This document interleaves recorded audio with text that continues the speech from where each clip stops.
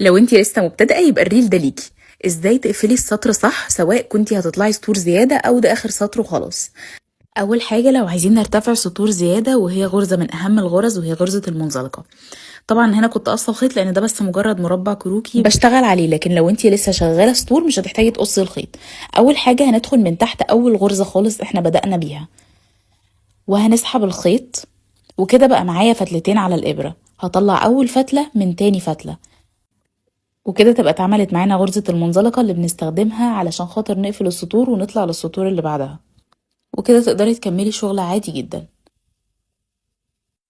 نيجي بقى لتاني طريقة، ودي لو كنتي خلاص بتشتغلي اخر سطر وعايزة تقفلي الشغل، بمعنى ان ده اخر سطر هتعمليه. اول حاجة بنقص الخيط، وبعدين بنشد الخيط لبره كده، وبنجيب ابرة التنظيف دي اللي انا عملت لكم عنها فيديو قبل كده، وطبعا في اشكال كتير جدا ليها، وندخل فيها الخيط ده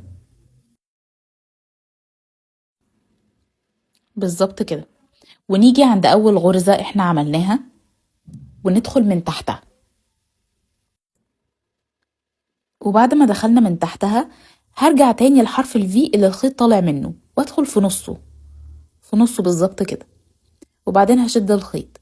هيتكون معانا سلسلة زي بقية السلاسل، مش هيبان ان دي القفلة، وبعدين بقية الخيط ده بداريه في ظهر الشغل.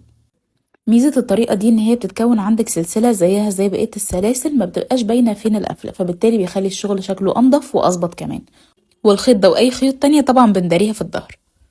وبس كده. اي حاجة تانية عايزين تتعلموها اكتبولي في الكومنتس عشان نعمل عنها فيديوهات ونتعلمها مع بعض. لايك وفولو، والفيديوهات اكتر شانل يوتيوب في البايو، واشوفكم الفيديو الجاي.